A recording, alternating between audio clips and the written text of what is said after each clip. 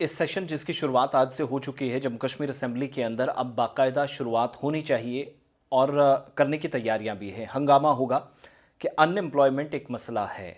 Employment generation को लेकर क्या इकदाम किए, रोज़गार के मौके कितने पैदा किए, इंडस्ट्री सेक्टर को हमने कितना ऊपर लेकर गए जहां मौके ज़्यादा रोज़गार के मिले। ये सारी सवालात, ये सारी चीज़ें, सारे सवालात जब पूछे जाएं तो दोनों तरफ से बैलेंस रख के चलिएगा।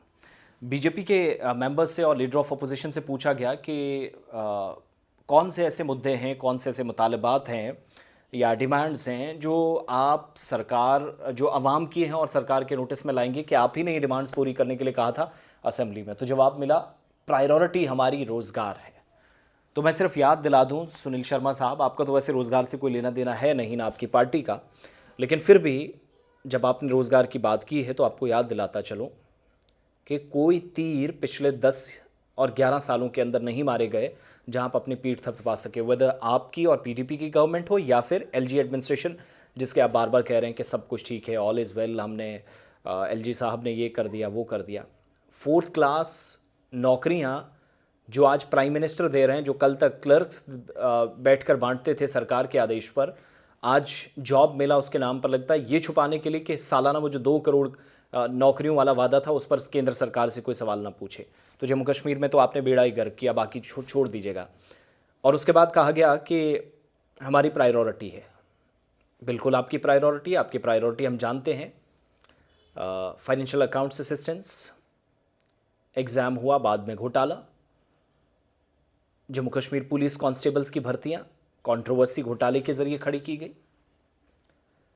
इसी तरीके से जम्मू कश्मीर यूनियन टेरिटरी के अंदर हम सबको याद है कि नौजवानों ने पढ़ा, 4-4 5-5 साल मेहनत की, खून पसीना एक किया, अपने आप को तकलीफ़ पहुंचाई, अजियत दी, पेपर दिया। पेपर देने के वक्त वहां पहुंचे तो पता चला कि पेपर लीक हो चुका है। और यही सिलसिला जम्मू कश्मीर यूनियन टेरिटरी के अंदर, या पेपर लीक होना या नौजवानों के साथ पढ़ने के बाद, एग्ज़ाम देने के बाद रिजल्ट्स आने की बारी जब आती है तो तब कहा जाता है कि कुछ हुआ ही नहीं। ये तो पारदर्शिता की बात है, एहतिसाब और अकाउंटेबिलिटी की बात है। और फायर एंड इमरजेंसी की लिस्ट निकाल दीजिएगा ना, ज़्यादा इतना ही रोज़गार की आपको प्रायोरिटी अगर आपकी है तो सुनील शर्मा साहब, ये कम से कम आपको सूट नहीं करता। बहरहाल सहूलत के हिसाब से खुद के बदन को और दाग से बचने के लिए और छुपाने के लिए आप ये कर सकते हैं। असेंबली की कार्रवाई, वक्त बहुत कम है, आपको जितना मर्जी वक्त दें, आप तो ये सारा वक्त मरकज़ की तारीफ़ों में पुल बांधते हुए निकालेंगे। और नेशनल कॉन्फ्रेंस, हम तो एक चीज़ पर कम से कम हुकूमत की मौक़िफ़ की तायद करते हैं कि आप 1 साल के अंदर 1 लाख नौकरियां, उन्होंने नहीं कहा था, लेकिन प्रायोरिटी जो थी वो 1 लाख नौकरी थी, मगर वो उसका वो 20% 25% भी हिस्सा पूरा नहीं हुआ। अनफॉर्चुनेट वो है। और दूसरा, बेरोज़गारी के मसले पर, महंगाई पर, जीएसटी लगाया, 10 साल 6 साल 5 साल गवर्नमेंट ने सर आवाम को लूटा और फिर कहा अपना जीएसटी उत्सव बनाए। किसे बेवकूफ़ बना रहे हैं यार। ये सारे मामलात वो हैं। अनफॉर्चुनेट पार्ट है कि जो हमारा असल में ग्रुप है जम्मू कश्मीर के अंदर, मैं पहले भी कह चुका हूँ, दे शुड कैम फॉरवर्ड और आगे आकर जवाब देना पड़ेगा इन सभी लोगों को।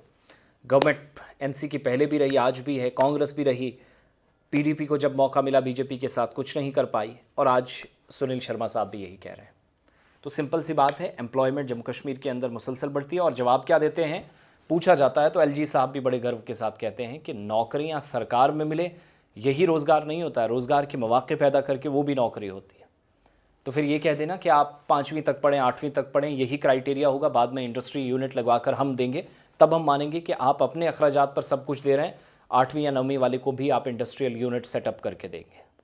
पीएचडी करके, सारा कुछ करके, सऊदी अरब, यूएई, कतर, दुबई, ओमान और मिडल ईस्ट के या खलीजी ममालिक के दौरे करने के बाद नौजवान जब दरबदर होता है तो उसके बाद जम्मू कश्मीर में आप उसे 1 लाख रुपए का लोन देकर फिर कहते हैं हमने रोज़गार दिया। यह आपकी व्यवस्था है, यह आपकी बनाई हुई, आपका बनाया हुआ ये निज़ाम है जिसमें नई एजुकेशन पॉलिसी के नाम पर भी तबाही मचाई है। इंफ्रास्ट्रक्चर है नहीं, बातें बड़ी बड़ी करना। बहरहाल बात इतनी सी कि एहतिसाब वाला वो जो फॉर्मूला है सब पर लागू हो, सबकी बात हो, और नौजवानों को किसी भी सूरत में, अनएम्प्लॉयमेंट की जहाँ तक बात है तो सारा कुछ अवेलेबल है। नौजवान पढ़ा लिखा भी है, हमें नहीं पता पैसा है या नहीं है, लेकिन आपके पास पोस्टें भी खाली हैं मगर पहले नहीं कर सके, तो गवर्नमेंट से आपको सवाल पूछने का, मुझे एज एन अपोजिशन आप ज़रूर से मुद्दा बना सकते हैं, लेकिन बहैसियत इंसान, बहैसियत ज़िम्मेदार और अक्लमंद शहरी के नाते मैं आपसे पूछूंगा कि आपने क्या किया। रिपोर्ट कार्ड दीजिएगा ना।